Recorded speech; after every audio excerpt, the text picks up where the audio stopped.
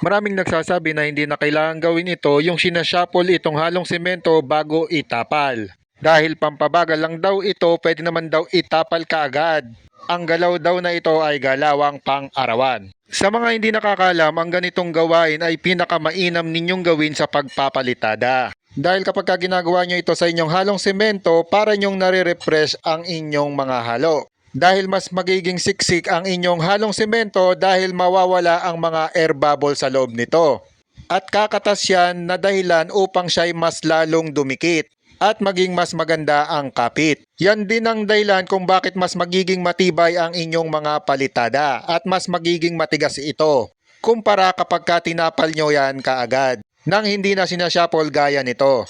Ang proseso na ito ay kagaya sa pagmasa ng mga clay, na kung saan inaalis din ang mga air bubbles para mas matigas at mas matibay kapag ito ay niluto.